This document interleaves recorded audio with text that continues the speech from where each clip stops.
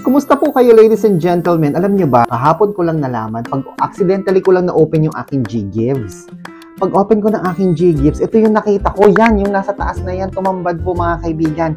Ang nakalagay, di ba zero to? Okay guys, bigyan ko kayo ng background. Ang unang eligibility ko po dito sa G-Gives ay 30,000 pesos. Tapos nag-avail po kagad ako. May in-avail po tayong product. Habang tuloy-tuloy ating paghuhulog, after 6 months or 9 months ng paghuhulog, nakita ko na wala yung eligibility ko. Yung parang di ba, out of 30,000, may natitira pa sanang couple of amounts. Alam niyo na wala po yung available limit. Nawala siya.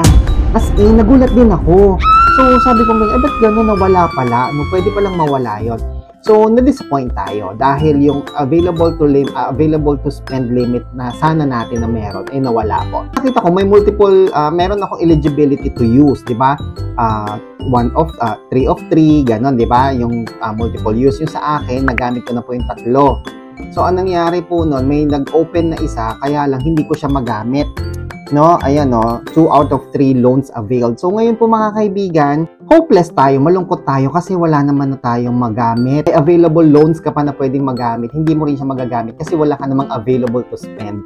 So palaging dalawang bagay po yun mga kaibigan. Pero ito po, naloka talaga ako, ladies and gentlemen.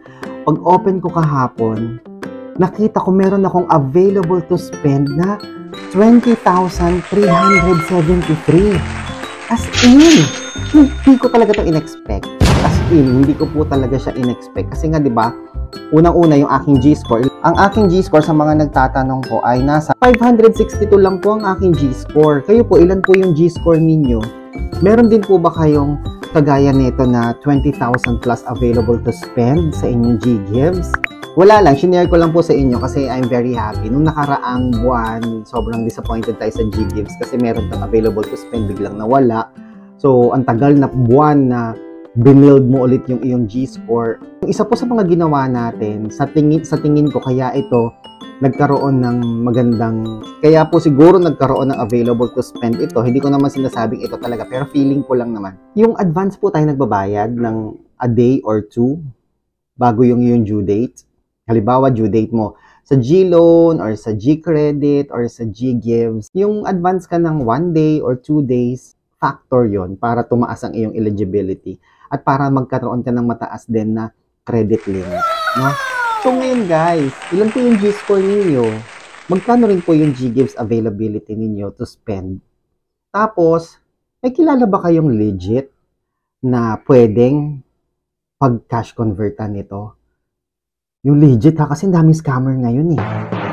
Legit talaga, mamaya, alam mo yung mga scammer, pag tinanong mo silang legit ba sila, syempre lang sabihin nila, hindi po, scammer kami. Wala naman ganun, di ba? Lahat naman ng scammer, sasabihin nila, legit sila. Baka meron kayong marirefer or marirecommend, yun talaga super duper legit. So, subukan natin magpa-cash convert. Yung murang interest lang ha. O, di ba? Please comment down below. Ako po si Chico. Update ko kayo kung ina-scam ba tayo o hindi. Okay? Ako po si Chico. Enjoy the rest of the day and God bless po.